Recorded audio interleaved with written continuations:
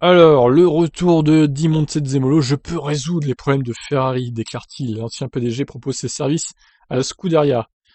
Oh, le retour de Di Montezemolo, il manquait plus que ça encore.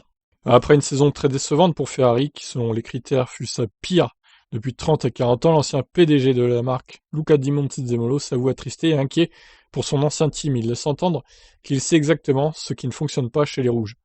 Je pense savoir quels sont les problèmes et je peux les résoudre.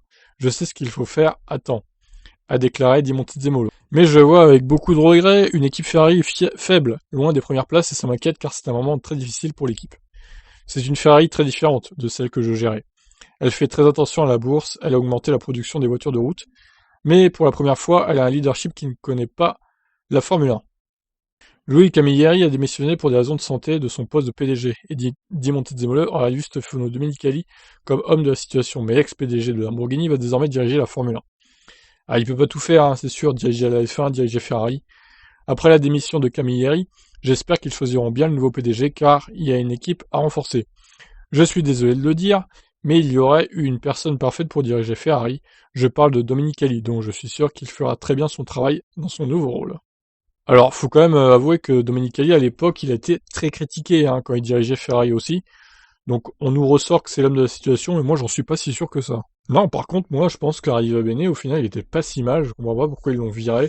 Surtout pour mettre Mattia Binotto, le loser de service. Donc, franchement, faut tout revoir chez Ferrari. Donc, on continue l'article. Di Montezemolo, qui a mené son succès dans les années 2000, Ferrari est prêt à prendre un rôle de consultant au sein de la Scuderia et se dit prêt à offrir sa lumière.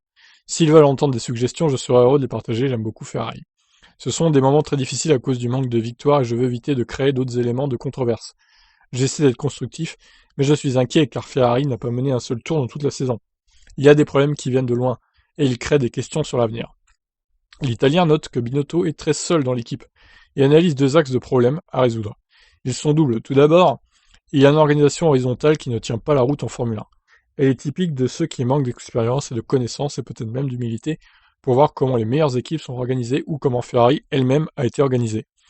Deuxièmement, pour gagner, vous devez avoir dans l'équipe un élément qui fait la différence et apporte de nouvelles compétences. J'avais une équipe très forte parce que j'ai toujours essayé de choisir des personnes expérimentées.